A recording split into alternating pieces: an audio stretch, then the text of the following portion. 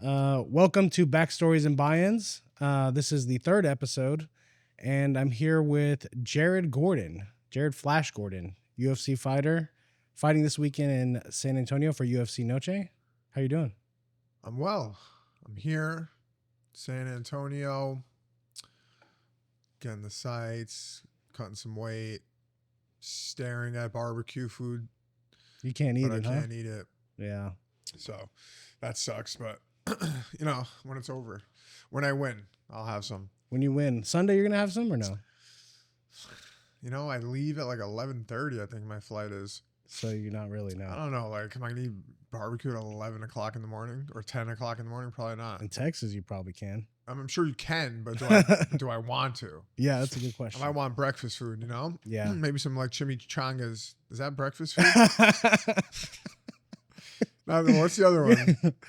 Mexican chorizo. chilaquiles. Chilaquiles, yeah. Right? That's breakfast, right?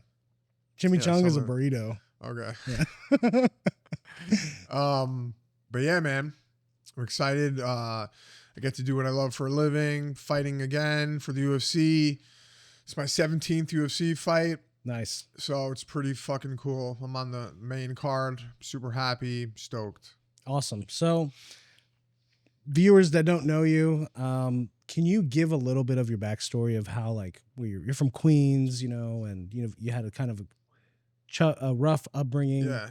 So kind of get into that a little bit. So I was born in Manhattan, raised in Long Island for like 12 years. Then I moved to Astoria, Queens when I was just turned 13, I believe, and I lived there till I was 27, and then I moved to Florida. But most of my upbringing was New York, and coming up was my father actually was well off, always did very well for himself, blue collar guy, but did very well for himself, and anything that I ever needed or wanted, I had. I didn't have to ask for things, and I didn't have to like try to get it on my own. As a kid, like Sure. If I wanted something, I would get it. Yeah. So it wasn't like I came up like like that with those kind of problems. What you needed was provided, right? Exactly, and we had more excess. Mm-hmm. But I made certain decisions that definitely brought me down a bad path. Yeah. And I eventually became addicted to heroin, cocaine, IV heroin, cocaine, which led me to hell on earth. Yeah. In and out of jails, institutions. I think I was in like 33 or 34 different facilities during my using time, directly or indirectly because of my using. Excuse me. And I finally got sober December 27th, 2015. I overdosed Christmas Eve. I ended up going to detox on the 26th that night. But my first day without putting a needle in my arm or drinking was the 27th. Nice. So I've been sober since, and thank you, Lord. And within a year of that, I got into UFC. A year after I got sober, I got into UFC. So can you talk a little bit about how you were training while using the entire time? So I really wasn't. Oh, you weren't? Anytime I was using, I wasn't really training. Like I tried to, and then eventually you're just like, all right, like I'm shooting heroin and cocaine. Yeah. Like, I can't go to the gym like this. I didn't want to go to the gym when I was using. So I would get like stints of like abstinence from drugs and alcohol, and then I would fight, and I would win and win and win, and then I would relapse, and I'd use for whatever it was, 4, 5, 6 months. I'd go get clean again. I'd be sober for like a year and a half. I had 20 months at one point, and I would compile wins. Yeah. During those stints of abstinence. And then, I wasn't able to stay sober though, because I wasn't like working a program. I wasn't going to AA or NA, whatever program works for you. White knuckling it or what? Yeah. I just use like MMA as my reason to like stay sober. and that's never enough. Like, I used MMA as like my higher power, but it wasn't big enough to keep me sober. Sure. So something bad would happen, and I would relapse. So I would have surgery. I would relapse. Yeah. Something happened, and I was pissed off. I would relapse or something, and then I finally, turned it over to God, and I've been sober ever since. That's amazing. And I don't think it's coincidence. In fact, I know it's not. Yeah. Obviously, we see it every day in AA, where like the only time anyone that I know has gotten sober, it's because they decided to turn their will over to a higher power and not control the environment. Sure. So that was it. So when did you start training, like in general? How old were you when you started? So I graduated high school and I started training that summer. I was Okay. 17. Any 16. reason behind that? Why you got into martial arts? I just was like, I got accepted to go to pharmacy school. Oh, wow. I was going to get my doctorates in pharmacy. That's funny because that's what I was going to do. Oh, when no I was way. in college. Are you serious? Yeah. And then, I mean, how funny, because like I got addicted to I know, painkillers. right? So I was actually working in a pharmacy. Oh, wow. And I was like stealing the Xanax and the pain course, pills. yeah. And I was like, this is great. If I become a pharmacist, I could have. So I got accepted to LIU, Long Island University. I was going to school in Brooklyn, or I was supposed to go to school in Brooklyn. But that summer after graduating, I also found MMA. So all those years though, 13, 14, 15, I was watching UFC. Yeah. I boxed and wrestled as a kid. I wrestled 1 year in Long Island. Then I moved to Queens, and there was no wrestling in inner city at that time. Now there's wrestling all over the city, but back when I was younger, there was no wrestling in the city. So I was in love with UFC though. Spike TV. Yeah. The Ultimate Fighter. Yeah. That era, 2004, 5, 6. I watched Frankie Edgar make his UFC From debut. Long Island, right? New Jersey. New Jersey. Close enough. And I was like, man, if this guy can do it, I can do it. Yeah. And, I saw like a smaller white kid. Yeah. He fought Tyson Griffin in his UFC debut. He won, and I was like, holy shit, dude, I want to do this. I'm thinking Matt Serra, Long Island, sorry. Yeah, that's Matt Serra, yeah. I was like, I want to do this, and I loved fighting. I was also like, I wasn't addicted to pain pills and opiates yet, but I was already using. I started like smoking weed when I was 9, drinking, and then obviously it progressed to other drugs. By the time I was 12, 13, I had done cocaine multiple times. That was like a regular occurrence at that age. Partying, drinking, house parties, shit like that. Yeah. And we were troublemakers. We fought in the street. We fought at the other schools. Like, if there was kids and we were walking in the street, we would fight them. So that's like what we did, growing up in the city. Like, I think I saw a normal video thing you had on your Instagram. Yeah, but that was much later on. Yeah. I was like, I was already fighting. No, I was already fighting at that point. Oh, really? Yeah. You turned around and punched No, I was sober then. That was like, way. I was like during my like sobriety. Yeah, Really? I was in. That was a few months before my second UFC fight, or my third UFC fight. What was the beef there? I don't know. The kid that they like, those two kids came to beat up that other kid. My friend that I was with is a jiu-jitsu coach, and he used to teach the kids jiu-jitsu.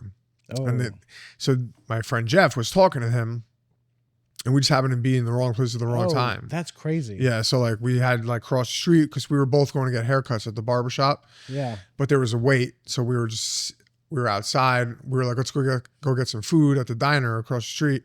We came back from the diner and we saw him in front of the barbershop, and he started I wasn't even talking. I never met the kid. I was just standing there with my buddy. And then those kids came, and like he went to like slap the kid. He spit in the kid's face and went to slap him. Oh, I didn't see that. And my friend was like, yo, and the kid like slapped my friend's hand, and then that's when I was like, but my friend's also a black belt in jiu-jitsu. Yeah. The other kid that I was with. So like they literally ran into the wrong people. Yeah. I beat the shit. Like off camera, you don't see, but I took him down, and I figured, Yeah. But Yeah, it was a good one.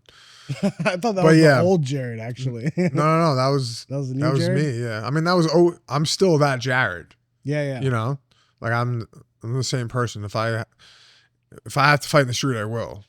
Sure. You know, I don't give a fuck. But it was not for a reason of getting high. Oh no. Yeah. Yeah. I thought it was Obviously. that Jared. No. What I meant. Okay, so no, Yeah. but yeah, I'll fuck you up in the street. So yeah, coming up, Frankie Yeager, Ultimate Fighter. I joined an MMA gym when I was 17, and I had my first amateur fight 4 months later. And actually, Steve was my first jiu-jitsu coach. That's how I met Steve. Oh, really? We're the same age, and at the time, he was a purple belt. So he got his black belt. He started doing jiu-jitsu when he was 14. Oh, wow. Under John Danaher. Oh, interesting. Yeah. Yeah. So he got his black belt from John when he was 23. He's 37 or 38 now. Yeah. So he's had black belt for a while. So yeah, yeah, I've been doing jiu-jitsu almost 20 years. He's been doing jiu-jitsu like 23 years. That's or amazing. something. Yeah. So when did you stop using the gi?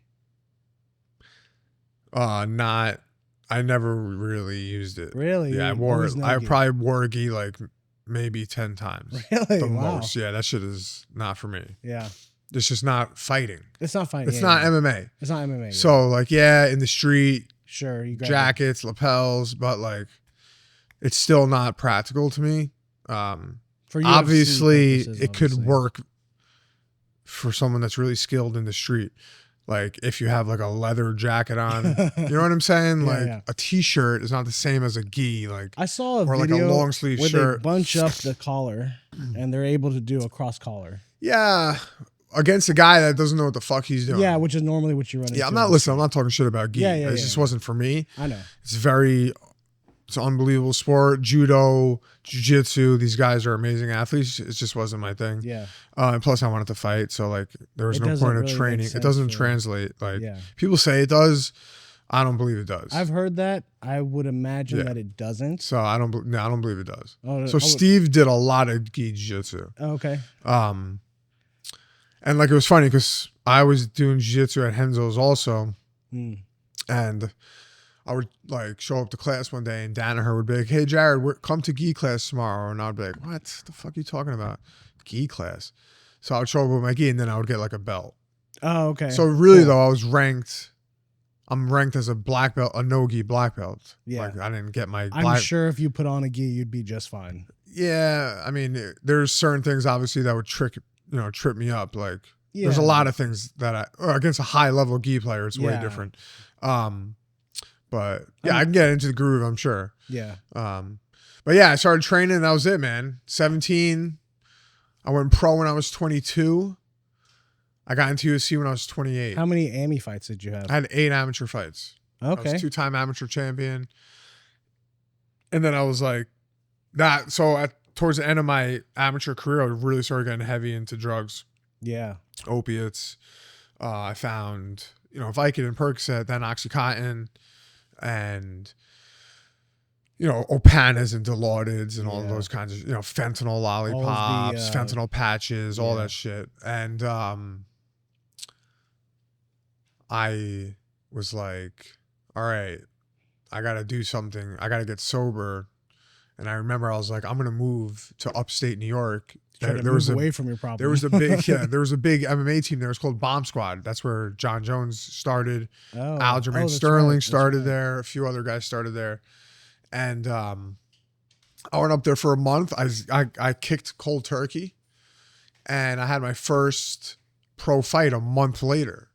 I took a fight on like 4-day notice. I won. And then that was it. I was a pro fighter. You quit cold turkey. Yeah, I quit cold turkey. Opiates. Off of heavy Oxycontin use. And 4 days later, you had a fight? No. I was sober for like 4 weeks. 4 weeks. And then like I took a fight at the end of that month on 4-day notice. My first pro fight. I still imagine you'd have some kind of post. I was still dope symptoms. sick. Yeah. I was still not sleeping well. Like that was the worst part, was that I just couldn't sleep. Your body felt like... That's always why I relapsed too, because restless leg syndrome, just not able to sleep. You're like sitting in bed, like how it is when you have a fever or like a real sickness, Yeah. Like at least eventually you pass out. The You thing know, is, you might wake up sick again, like and throw up, like with a fever. sure. But like you pass out. Yeah. When you're dope sick, You don't. you can't, man. And it's so, you try so hard to sleep and you just can't. And that was always what I was like, fuck it, I'm going to get high. Yeah. I can't do this. Like, I'm glad you're bringing that up yeah. because a lot of people don't understand this. And Yeah. this is the first time on the podcast I'm going to say that I'm actually sober and I know exactly what you're no talking way. about. No one knows yet? No one knows. I mean, Oh, you knew, shit. but you know. Okay. So it's, Cool. It's Yeah, bro. That's the worst thing in the world. dude. And you're just, not only are you not able to sleep, but you feel like shit in general. Yeah. Lethargic, your body hurts, aches and pains, you're freezing. Yes. You're always freezing, no matter how hot it is outside, you're cold. Yeah. You're sweating, then you stop sweating, then you're sweating.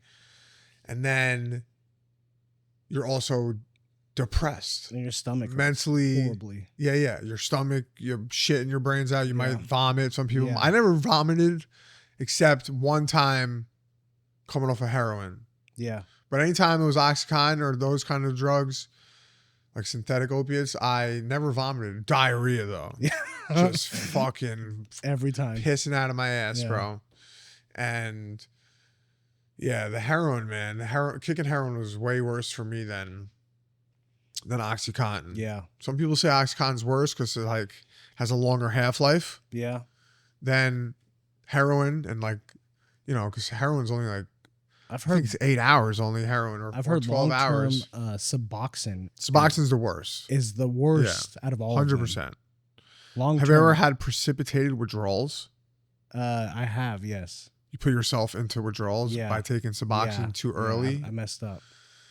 Dude. It's the worst thing in the world. One time I was with my now wife. I come down to Florida to visit her. And she's like, let's go to the beach. And I'm fucking dope sick. Oh my God. And I'm like, That's the last place you want to go. fucking sandy, fucking burning hot beach. I'm fucking dope sick. I just want to lay in this bed, you know? Yeah. And like, she didn't know. I was trying to hide my dope sickness from her, Oh. which is like impossible. Yeah. I don't know. You know? So I'm like, You did that. I got to take this Suboxone already. I waited like 3 days. Oh, you waited till you're sick. Well, that's what you're supposed to do is Yeah. wait till the opiates get out of your system before you take the Suboxone. Otherwise, you go into precipitated withdrawals. So I was like, fuck it. I took a half a sub.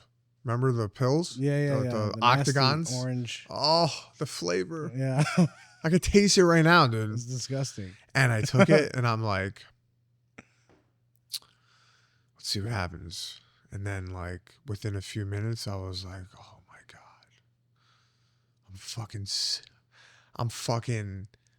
It felt like ice water was coursing through my veins, dude.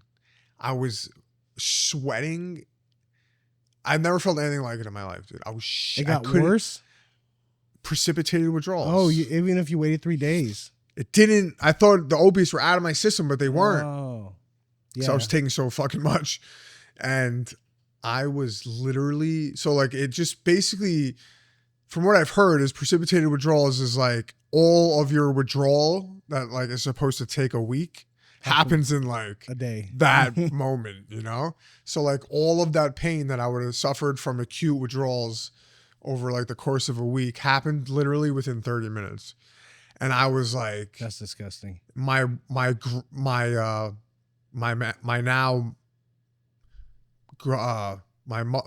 my mother-in-law, my great mother-in-law. Okay. So my wife's grandmother came over and she's like, Jared, where are you? And I was in the bathroom. I'm like, oh, give me a second. She wanted to like see me and like say hello and talk. And I'm like I'm in the shower for like 30 minutes because I'm so fucking cold. And just turn on hot. I'm like fucking shit. I'm pissing out of my ass in the shower, dude. And I couldn't get out. And my wife, when she finally left, and my wife was like, what the fuck is wrong with you? God. What are you doing? And I told her, I was like, yo, I'm fucked up. I can't believe that you've known her since second grade, right? First grade. First grade, yeah. And you guys are now married, and she saw everything happen. Yeah. That's amazing. Yeah. So she saw everything, and she stayed. That's so like kind of I eventually got sober 2015, and we got back together 3 years after that. Oh, okay. She gave you a little time to. I mean, she was like, I remember she was like, the only way I'm ever gonna get back with you is if like you're at least a year sober. Yeah. You know, and then like we only spoke on terms where we were just talking about God. She's like, the only way I'm gonna talk to you is about God. It's the only time I want to talk to you. And our first few conversations were only about God, and then eventually she came running back. Just joking, Christina. I love you. But yeah, man, it was rough, bro. I went through a lot, dude, to get sober. I did, the homeless shelters. I've panhandled, crisis centers, psych wards, hospital stays, overdoses, everything, therapeutic communities, all regular treatment centers, nice treatment centers, really, really shitty treatment centers, state-run facilities, jails. I did the whole thing, man, and thank God, I was able to make it out the other end. I tell people that getting sober was the hardest thing I ever did in my life, but it was the single most beneficial thing I've ever done in my life. Oh, I would be dead, first of all. Yeah, me too. Yeah, the way I did drugs was IV, heroin, cocaine, and crack. Yeah. So there was no, or whatever I could put in a needle, meth. No tomorrow. Yeah. In New York, like, meth wasn't really a thing unless you were in Manhattan. And, interesting. In the LBGTQ community, it was big there. Yeah. But like meth among like regular kids wasn't like a big thing. But heroin, cocaine, crack was also a little more sketchy. People, stigma, or it's crack. Like you're shooting cocaine, or you're smoking coke in a blunt, like. Oh, interesting. Or like people put crack in a blunt. They're like, I ain't a crackhead. I'm like, you're smoking crack. It's just mixed with weed. That might even be worse than just smoking regular crack. You're doing two drugs. So you know how it is. But yeah, I would, if I could shoot crack, I would. If I had cocaine, I would shoot it. If I you're a polydrug user, whatever you could use. Yeah, I would shoot it. Pills. I shot pills. I shot ecstasy. I shot MDMA, ketamine. I've shot every drug. Yeah. So loved it. While you're doing your AMI fights, you had stints of relapse. So I was using actually during my AMI fights, but not really opiates until the end of my amateur career. I was smoking weed, doing coke, partying like a regular kid. You're like John Jones. Yeah, like just having a lot of fun. Yeah. And then my last amateur fight, I remember actually I was dope sick and I had to like cut weight. So I couldn't be like drinking water and eating pills because I was only taking pills. And then I weighed in and I swallowed 8 Vicodins. Like I hydrated. I took 8 Vicodins and I was like, yes, feels so good. And then the fights were the same day as amateur fights back then at least where I was fighting in New Jersey were the same day. Interesting. So like 4 hours later, I was in the cage and I won. That's crazy. Yeah, I won. I won by standing Kimura off the cage. I hit Holy shit. I hit a Kimura, yeah. And damn, that guy got me. So that was really the only time that like when I was fighting, I was using. As a professional, I never fought and used, or never. Yeah, I was never using. You just kind of disappeared whenever. I would just disappear and then come back. Yeah. So when you disappeared from the gym, the guys were like, everyone knew. Like Jason Strout, my coach. Yeah. He knew.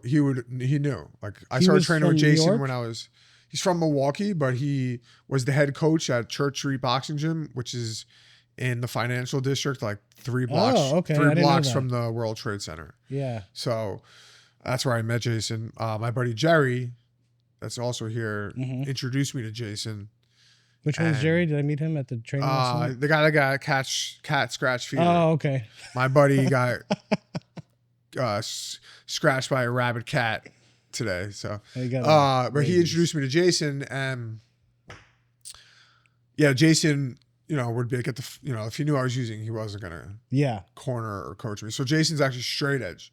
Oh, okay. Yeah, cool. Like he never used or drank. Cool. So, complete opposite. Yeah. He's still a fucking psychopath. Yeah. But yeah, so nice. So when you got in the UFC in 2015? 17. Yeah. Did you see your life going the way it has? I felt like it was going to be a straight shot to the top. Oh, okay. Yeah, I guess everyone kind of thinks that. Yeah, I think like, you know, obviously you have big aspirations. Yeah. There's been a lot of downs. Yeah. And you know, in your sobriety, you would figure like when you first get sober, you're like, everything's going to be great now. Yeah. And like, that was not the case for me, and still sometimes isn't. Lately, it's been very good. And I'm not just talking about fighting. I'm talking about life in general. Yeah, like, of course. A lot of downs, a lot of deaths, Yeah. tragedies, family things with my wife, things with my immediate family, you know, best friends dying, overdosing, or committing suicide in sobriety. Like, Yeah. you know, and it's a lot of tough things. COVID happened in my sobriety. Yeah, me too. So that was a weird place to be. It was really weird, man. In the right headspace. No. There's so many people went out. Yeah, I almost went out. Really? Was that the... That's what I talked about yesterday. Yeah. Yeah. Thank God I didn't. So I was like 4 years. That's right. I'm 9 years and 9 months sober right now. So, at COVID, it was 2020, right? 2019 was the start of COVID. 2020 March. Because I sold my exotic rental car. Right. I think like in China they started having December COVID in 2019, 19. And then it came over here. Yeah. So at the time, 5 years ago, I was like 4 years sober. Yeah. And I almost went out. Yeah, but I didn't. That's such a crazy story. To the grace of God. Yeah. And yeah, I'm still here. But yeah, anyways, a lot of ups and downs. So you asked me like, this is how I see my life going. So when I first got sober, did I see myself in the UFC fighting on main cards? So when I first got sober, I was 9-1 as a pro. Yeah. So I had like a lot of potential. Yeah. So my only loss was due to a cut. Okay. In a fight that I was winning. Yeah. The doctor stopped it between rounds. So in my mind, I'm undefeated. Yeah. You know? So I was like, I knew that like I can get to UFC, but did I know I was going to be in UFC for this long? Yeah. And be fighting for this at this level still? Yeah. You know, fighting on the main card this weekend. It's like, it's fucking, I just like felt like I was going to cry for a second. Surreal, bro. It really is. It's fucking crazy. It's amazing to see someone that has the same thing I have come this far and go farther. Look at you, bro. Yeah, you do a lot of cool shit too, bro. I do, but I'm not UFC. I'm not famous. Listen like you know to what I mean? me. You have a bigger voice to me. Listen, fighting is bullshit, bro. Yeah. It's all bullshit. Granted, it is what I do for a living. Sure. And I love it. It's my passion. But fighting is a bunch of fucking malarkey, bro. It's all facade, you know? What do you mean? It's not, there's no fulfillment in fighting. Okay, I can understand that. It brings me happiness, joy, and money so I could, but there's no lasting fulfillment. Like what I did yesterday at the meeting. Yeah. Speaking, helping other people, doing God's work. That'll last forever. Fighting is fleeting, bro. Yeah. One day you're the best. The next day, he fucking sucks. That's true. Fighting is fickle. That is so true. The fans. Oh my God, you're right. One day you're good. About that. The next day you fucking suck. Yeah. Bro, like you see it all the time on X. Yeah, you're right. It's time we have this conversation. He was never that good. Yeah. Was he really ever that good? He's talking about UFC champions. Yeah. I saw one about like Israel Adesanya. Yeah, that's crazy. That's wild. We should have this conversation. He was never really that good. Sean Strickland, he was never really that good. Dricus Duplessis, he was never. Right before the Hamzat fight, he was the best. Everyone loved him. And then you lose. You're right. This guy fucking sucks. You're right. Bro, fuck you. Because, the fans are the people who make the sport. But there's some shitty fans out there. Shitty fucking people out there, man. Yeah. That's why it doesn't matter. And at the end of the day, when I go home at night, as a fan of fighting myself, I'm not thinking in my head, holy shit, I love Mike Tyson so much. I love fucking Conor McGregor so much. Like the fans, the regular people at home aren't thinking about me in their spare time. Yeah. They're not thinking about any big fighter. No one gives a fuck about us. Yeah. Just like I don't give a fuck about people I don't know. Yeah, of course. So All that really matters is my family, my fucking daughter. Yeah. And that's why I fight, because I have to fucking provide. Yeah. And I love it's my martial arts is my passion, but like I'm going to be done fighting in a few years and then that's it. Yeah. It's time to move on. Now what? I put all my energy and all of my identity into fighting and then it goes away. Now who the fuck am I? Yeah. Bro, I don't want to be the guy that's 50 years old showing up to every UFC event. Yeah. Being shown on camera. Yeah. It's corny, bro. As fuck, dude. When I go to sit in the UFC event and I see like certain ex-fighters that are still in the crowd, drunk. Yeah. I was a UFC fighter. Bro, go home. Fuck, I get it if you show up to a fight every once in a while. Sure. Every few, but like, it's over, bro. It's over, you know? Yeah, you're a legend. Yeah. And I respect that. But like, now you got to find something you got to find something else to do. You have to find fulfillment in other things. So what are you going to do after fighting? I'm going to help people get sober. You're going to do a rehab. Mental health, sobriety. That's amazing. And I mean, I have other things that I have lined up that I'm interested. I'm interested in real estate. I'm interested in a lot of different things. So, yeah. Fighting's cool, you know. We get to see I love fighting, TV, and it's right? built who I am. But you're it's right made about my the brand. The Sure. UFC helped me build my brand and my platform. Yeah. You know, and without the UFC, I would not have most of what I have right now. So I'm very grateful, Of course. to UFC. You know, but you got to take what you can, and then eventually you got to leave. So Yeah. that's it. You have to have the exit Yeah. plan. Yeah. Yeah. I mean, I just meant that, you know, being able to see someone on TV have the same issues that I went through, I get it. that kind of Yeah, it's inspiring. resonates. you Yeah, know? yeah. I mean, that's why I do what I do. Is Exactly. to try to So help last inspire. night, you probably inspired a lot of people that you Yeah. probably don't even understand right now, but I saw the gleam in their eyes. So, Yeah. You know, I mean, for me, it's very like, sometimes I feel like a fucking broken, what am I just lost my train of thought. Like a broken record. broken record. Where I'm like, oh, get sober, you know, and people are Yeah, like, yeah. yeah. But like, I know I do act, like people message me and they're like, hey man, we spoke like 5 years ago and I was using and I spoke to you and I got clean. And if it wasn't for you, I wouldn't be sober. And I'm like, what the fuck? Are you serious? Like, Bro, your from words speaking. ring heavier than like mine would. You know what I mean? So I understand. Like I'm in the UFC, I'm a professional athlete, Yeah. and I've been there. And Yeah. like I wasn't just like smoking weed or like Yeah. drinking a little too much. Like I was a heroin You were addict. I was a full-on- fucking junkie. yeah. So like, yeah, it's definitely, and that's why like that's why I fight. That's the gift that God gave me, is that you get to inspire now. Yeah. You have a platform to inspire people. And that's what fighting's all about for me. It's about helping others, inspiring others. It's not about me, even though the icing on the cake is making a living while doing it. Sure. So, and like, you know, enjoying the spotlight at times is nice, man. Like to get recognition, to be recognized is nice. Yeah. But yeah, it's about helping other people. Now I have a daughter. I have my first child. She's 8 months old. And like, It's amazing. I feel like it's a bigger purpose than helping people get sober is to fight and win is for my daughter. Yeah. You know, because it used to be just like inspiring people. That was my reason to fight. Now I have a daughter. Now you have two. So like I things. have there's no excuses.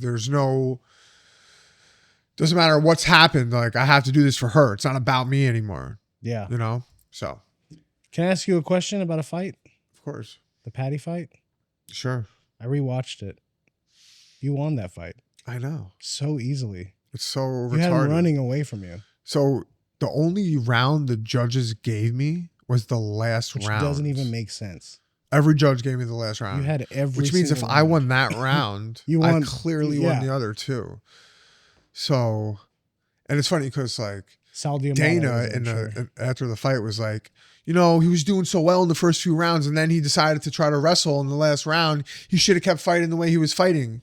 And then he didn't know at the time that the only round that every judge gave me was the last round. Yeah. So I was like, Well, if I It doesn't make so sense. what do you mean? What are you saying? Like, yeah, it doesn't make sense. But that's the past, bro. The past is dead, bro. Yeah, it is. It is. And remember when is the lowest form of conversation, Sure. unfortunately. So like, yeah, I'll talk about it, but I'm kind of sick of talking about it. Yeah. I'm not gonna lie. I figured that's why I asked you ahead I mean, of time. that's happened twice to me. The Nasrat fight too. The Nasrat fight. I won that fight You're also. kind of 5-0, clearly. right? Basically, I'm more or less. on a 7. I'm on like a 6-5 winning streak right now. That's what it is. Yeah, so it was Patty.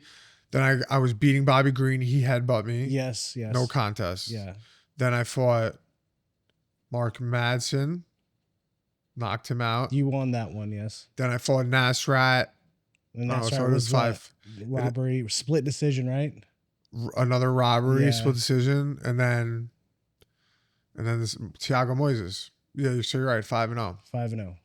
So it's bullshit. Yeah. Yeah, it's bullshit. Oh wait, no, before Patty I won. So before Patty you won. Yeah, against So Leo Santos, 6-0. So And if I was beating man. Bobby's ass until he headbutt me. I remember. Like I had him hurt. Yeah. And then, so I should really be on a 7-fight winning streak right now. After Saturday. That's insane. After Saturday, 8-fight winning streak. Imagine where I would be in the rankings. I'd be top 5. 3, yeah. What the fuck am I going to do, bro? God is like, life is life. Yeah. Let's wait a little. So it is what it is. What am I fucking 8-fight winning streak? Yeah. Fucking crazy. I know.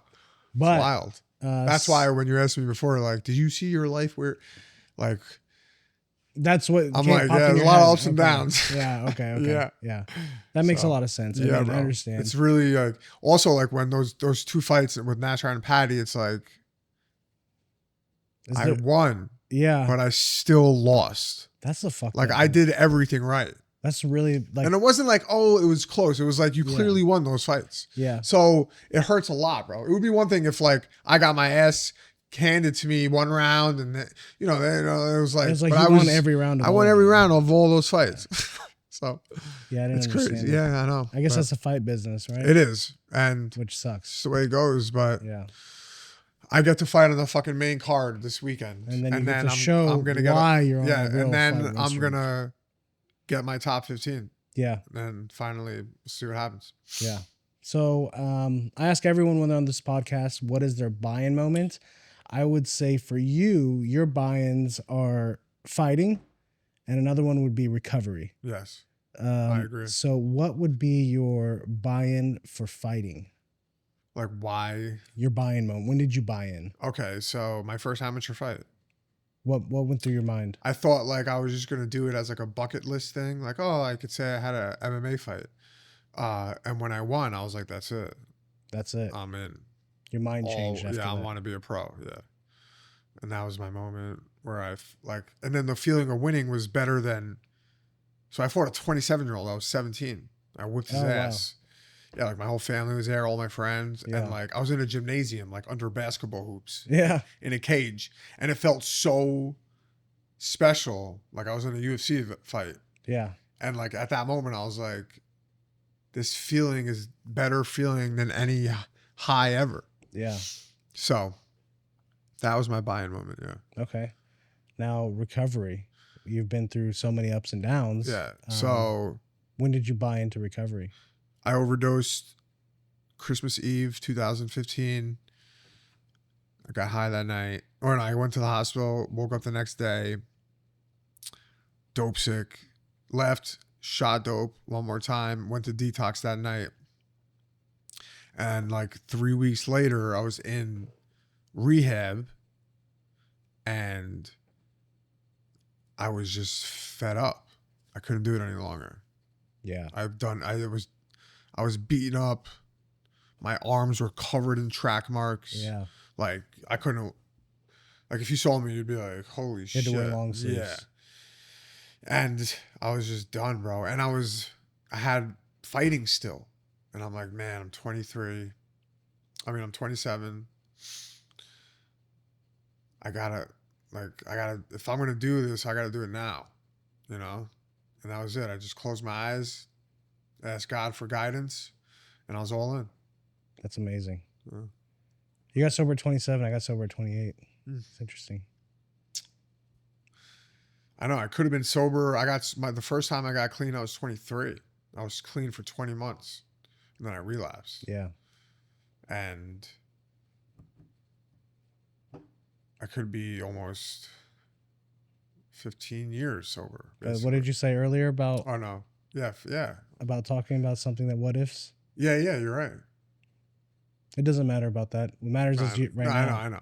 Today you have long term. Yeah. If you think about it though, like 23, I got sober for 20 months, like, and then I relapsed, and then I got clean again. Like that decade period right there, I was sober for most of it. It was pretty fucking good for Yeah. Like when I see people that relapse and they get sober quick again, like, you know, have a bad weekend, I'm like, bro, like you only got high like once this year. You got high once this year, you know? It's pretty good. Yeah. It's better than using every day. You know, dying. Yeah. Like they think like, you know, when people lose their sobriety time, I feel like they're like, oh, it's over.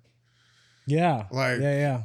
I lost my continuous sobriety. You know, I can't keep counting. I have to start over. Yeah. And like people throw it all out the window and they're like, fuck it all now. Because I blew my, whatever I had, a year, 3 years, 5 years, 25 years, people, you know, blow their sobriety. And it's like, bro, if you use for a day and then you get sober for another 25 years, you've been sober basically for 50 fucking years. Yeah. So yeah, you relapse one day or, you know what I'm saying? Like, just get back on the horse. And then they say all the time, the guy that has 30 years and he's like, but remember, I only have 24 hours just like you. So really, what the fuck is the difference? Get back on the horse. Yeah. So yeah. That's just my way of looking at it. Like, you're doing pretty fucking good, man. You drank once this year. This guy used to always tell me, he said, who's the most sober here? And I was like, I don't know, you? None of us. Yeah, he was like, it's whoever woke up the earliest this morning. That's who's the most sober. And it's like, the only risk obviously is the continuous using. Yes. You know, you relapse for a heroin addict, especially, or a drinker. Your life and everyone you're around probably you going to keep using. Like, you're not going to just do heroin once. You're not going to smoke crack once. Yeah. You're going to drink. You might abstain for a couple of days. You're probably going to drink again. Like, so that's the scary part, is that we're alcoholics and addicts. So we keep using it. Yeah. Like, we don't just do it once. Yeah. Otherwise, we wouldn't be alcoholics and addicts. Right. We would just be a regular person. And the worst thing about it is your life's in danger and everyone around you is fucked now. Yeah. Yeah. So that's the worst. It's just too risky. Yeah. So Saturday, your fight's coming up. I'm ready for it. I know all of us are going to be cheering for you. Thank you, bro. We have a whole suite that's going to be cheering for you, actually. Hell yeah. So it's going to be pretty awesome, bro. That's fucking great. And I'll see you tonight at training. Yes, sir. Awesome. Thank you, bro. Well, thank you guys for tuning in. This has been with Jared Gordon, and thank you. See you guys. Bye. Awesome.